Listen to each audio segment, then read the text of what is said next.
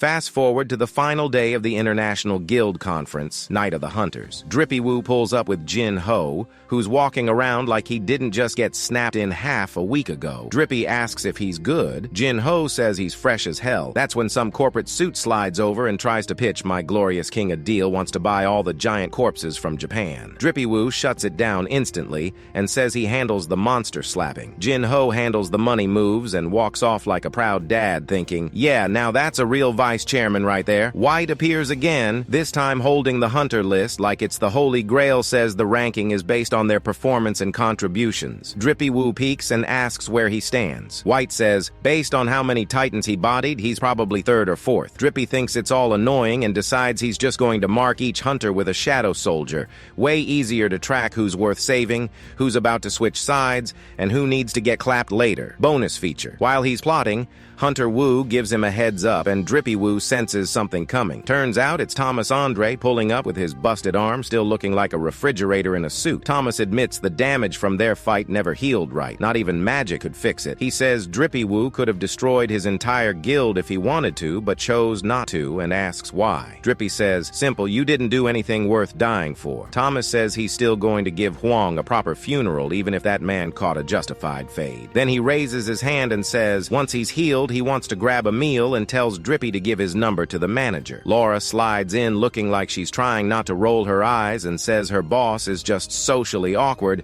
and that being rough is his version of affection. She asks if there's anything Drippy Woo wants as a thank you gift. Drippy thinks for 2 seconds and says maybe a decent dagger, something that won't break the first time he swings it. She leaves, and White offers to escort him to meet the hunters on the list. Drippy Woo says, no need, I've got it handled, but then his eyes narrow. Something's off. He asks where the rank 6 hunter is. White says they lost contact a few days before the conference, and the Brazilian government is still trying to locate him. My glorious king stays quiet, but the calculation is already happening in his head. That makes it 7 people left on the list, and one more reason to start preparing for the next war.